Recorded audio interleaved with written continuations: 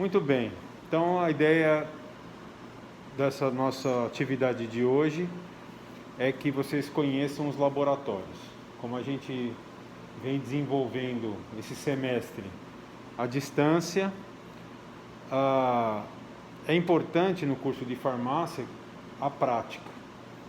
Então, à medida, sempre que possível, a gente vai tentar fazer com que vocês desenvolvam esse lado, essa habilidade de manipular a vidraria, manipular os instrumentos, conhecer a rotina de laboratório.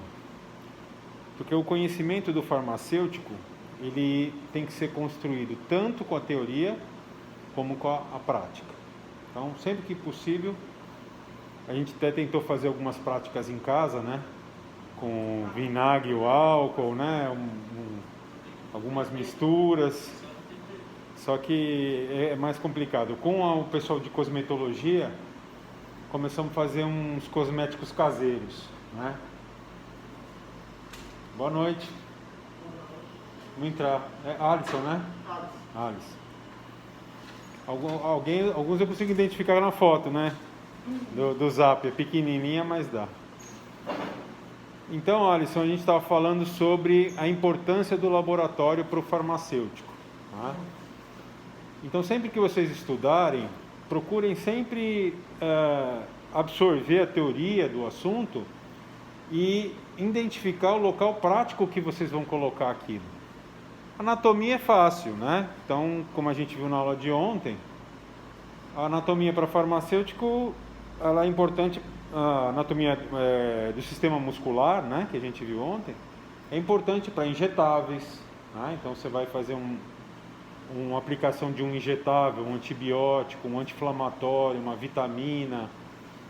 Você tem que conhecer a anatomia do sistema muscular, porque o posicionamento da agulha ela é fundamental para o sucesso da sua aplicação. Então fica óbvio, né, o estudo da anatomia. E a anatomia também ela vai ser base para o estudo das outras disciplinas, né, fisiologia, histologia, etc. Bom, mas hoje nós estamos aqui para o laboratório. Então, os laboratórios aqui da Unice a gente já tem uns 10 anos, né, de funcionamento. Então, eles são laboratórios que já têm uma maturidade. Então, os equipamentos funcionam bem, os microscópios que vocês podem ver ali atrás são sempre revisados, chegou um microscópio novo, a centrífuga. Então, a gente já vai identificando os equipamentos, né? Então, centrífuga, microscópios. A gente tem aqui um fogão para fazer a área de bromatologia, né, que é estudo dos alimentos. A farmácia é um curso bem completo, né? A gente estuda tanto a área biológica, que é a principal, mas tem muitas disciplinas de exatas e muitas disciplinas clínicas, né? Então a gente tem a hematologia clínica, por exemplo, né, que é o estudo do sangue. E contagem de plaquetas, contagem de células. Temos o outro laboratório de análises clínicas, o laboratório de química, que vocês vão ver depois. Tá? Então, como vocês já estão vendo, a química orgânica. Então, tem as químicas orgânicas, química farmacêutica, química geral, físico-química. Então, química também que não falta, né? Então, a formação dessa profissão que vocês estão escolhendo, que vocês estão engajando, ela é muito inspiradora, motivadora, completa. Um farmacêutico bem formado, ele tem mais de 80 áreas de atuação. Veja, difícil uma profissão que tem 80 áreas de atuação diferentes, né? Lá no Conselho de Farmácia, no site do Conselho, vocês encontram todas. Área de análises clínicas, área de alimentos, saúde pública, a área de vendas, a área de indústria, a área de projetos, né? Sem falar medicamentos, né? Que é a área exclusiva do farmacêutico. Então é um curso muito completo, muito prático, e dificilmente o farmacêutico fica sem trabalho. Né? E é importante vocês, desde o começo, já colocarem na cabeça essa ideia de progredir na profissão, né? de galgar gerência para quem vai para a área comercial, ou galgar para quem vai para a área educacional, que nem eu, né? Mestrado, doutorado. Então, o céu é o limite. Né?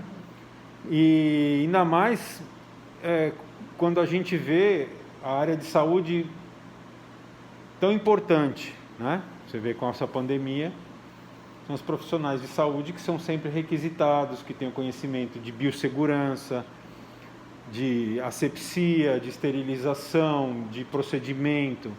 Então, isso que vocês têm que ir adquirindo durante o curso.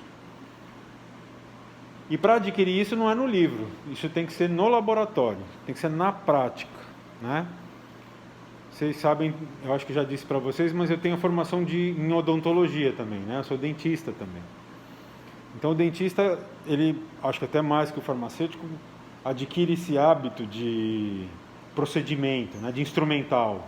Então o espelhinho, o explorador, a pinça, a seringa, o campo tem que ser estéril, né? Porque você está com o paciente, a broca, o peso da mão. Isso a gente vê na profissão farmacêutica, no laboratório. Então, cuidado com a vidraria. Às vezes você tem que estar usando um termômetro ainda de mercúrio. Né? Se você quebra um termômetro de mercúrio, já é um salseiro, né, no laboratório.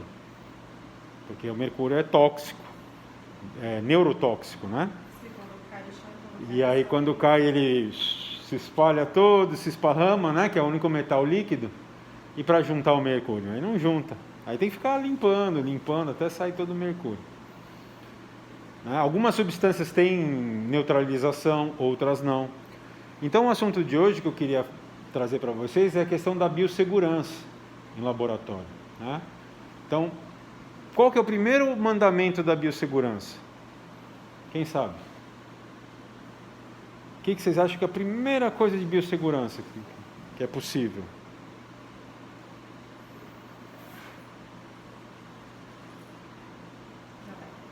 Jaleco é o primeiro mandamento? Os EPIs, né, ou o nosso equipamento de segurança são importantes. Mas a primeira coisa de um laboratório de segurança é saber o que você está fazendo. É o conhecimento. Né? Se você tem conhecimento do que você está fazendo, o procedimento. Então, toda aula que você for fazer em laboratório, é importante você ter o quê? Boa noite, vamos entrar. Tranquilo, eu estou gravando esse começo da aula, depois você assiste lá no YouTube. Não está muito bem gravado, mas... Né, porque tá aqui, eu estou olhando para vocês e aqui está gravando, aqui, pelo menos o áudio. Bem-vindo, tudo bem? Tá bom. Então eu comecei a falar de biossegurança. E biossegurança, qual é o primeiro mandamento? É o conhecimento. Na cozinha, né? Cozinha é um laboratório, tem faca, né? Tem equipamentos, tem liquidificador, tem processador, tem a chapa, tem o fogão. Então é um ambiente perigoso, né? Por isso que não pode deixar criança na cozinha, né? Aliás, a quantidade de acidentes com criança nas férias aumenta muito. Queimadura, né? Derrubar água quente, derrubar óleo. Se corta, cai, toma choque, né? Aumenta porque elas ficam lá em casa desocupadas, né? E vai mexendo em tudo. E elas não têm o quê? O conhecimento, o procedimento. Se nós adultos, né? Que você vai cortar uma cebola, vai cortar um tomate, às vezes se você se corta, imagina uma criança, né? Então, o mesmo procedimento que você faz com os alimentos, você tem que ter um procedimento de laboratório. Então, toda aula de laboratório, quando você vai fazer, por exemplo, um cosmético, né, tem menos risco. Por quê? Porque são materiais biocompatíveis. Uma aula de cosmetologia, você pode ficar mais tranquilo, né? Porque o que você vai manipular ali é para passar na pele. Então, se cair na sua pele, não tem tanto problema. Já no laboratório de química orgânica, o negócio já complica um pouco mais. apesar que a gente utiliza muito reagente diluído. A gente não usa o concentrado, né? Ácido clorídrico concentrado, ele sai fumegando. Aquilo ali, uma gotinha na mão, é lesão grave, né? Então, soda cáustica, né? NaOH. Saber se você bota água na soda ou soda na água. Tem diferença. Porque se você coloca água na soda, você vai ter muita soda para pouquinha água na hora que você está começando a pôr. E aquilo ali vai dar uma reação mais explosiva. Então você tem que colocar a soda na água, não a água na soda. Percebe como tem uns truques? Tem umas manhas, né, de laboratório. Sempre, então, primeiro mandamento, saber o que está fazendo. O que é perigoso, o que não é perigoso, etc. Segundo mandamento, não fazer nada fora do roteiro. Né? Você sempre cumpriu. Não, eu vou fazer uma gambiarra aqui. Não dá, o laboratório não permite isso. Né? Então, procurar seguir o roteiro e seguir com calma. Né? Eita, você tem 1 hora para fazer o seu experimento. Aí você quer fazer ele em 15 minutos, né? E ficar os outros 45 lá no Instagram. Não dá. Se é 1 hora que foi planejado, você tem que procurar seguir os passos e fazer direitinho. Observar. Experimento é observação. A observação é o início do conhecimento científico. Quem foi o primeiro que começou o método científico? Quem sabe? Engraçado falar com a máscara, né? Parece um boneco. Eu gravei 11 minutos, vou gravar mais 3 minutos só de aula. Depois tá bom. Quem foi o primeiro filósofo do método experimental que iniciou a ciência moderna? Italiano. Começa com G. Galileu, muito bem.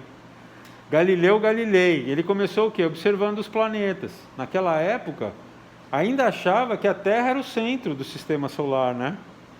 Engraçado a gente pensar nisso hoje. Mas naquela época, a igreja, né? Tinha toda aquela geocentrismo, né? Deus fez o homem, o universo tudo por homem. E Galileu começou a observar e falou, eu acho que não. Né? E aí surgiu o quê? Um instrumento. Todo o conhecimento do homem evolui muito a partir do quê? Da ampliação dos nossos sentidos. Por exemplo, o óculos. O professor Fábio Filho sem óculos não presta muito. Né? Por quê? Porque eu não enxergo. Né? Ou seja, quando o óculos foi desenvolvido na Idade Média. E qual foi a grande revolução do óculos, das lentes, né? Aumentou a produção dos artesãos. Porque os artesãos faziam lá a bolsa de couro, o sapato de couro, a roupa de couro, a armadura, né? Tudo artesanal. E quando eles tinham problema de vista também. E aí o cara não podia mais trabalhar. Quando surgiu o óculos, opa, agora eu posso trabalhar até aqui meus 60 anos. Antes eu trabalhava até meus 25, 30. Percebe? Como um instrumento aumentou a produção, aumentou o microscópio, mesma coisa, abriu um universo para estudar os micro-organismos, né? As bactérias, os fungos, os parasitas. Então, e no caso do Galileu, foi quem? A luneta. Então, com a luneta, ele conseguiu observar, fazer cálculos matemáticos, e surgiu aí a ciência, né? A observação. Depois veio Francis Bacon, né? Veio o iluminismo, começou toda uma teoria científica, filosofia da ciência, que vocês vão aprender na disciplina de metodologia científica. Então não preciso me estender, porque vocês vão ter uma disciplina só para ver isso aí. Vou aproveitar e terminar por aqui. Depois a gente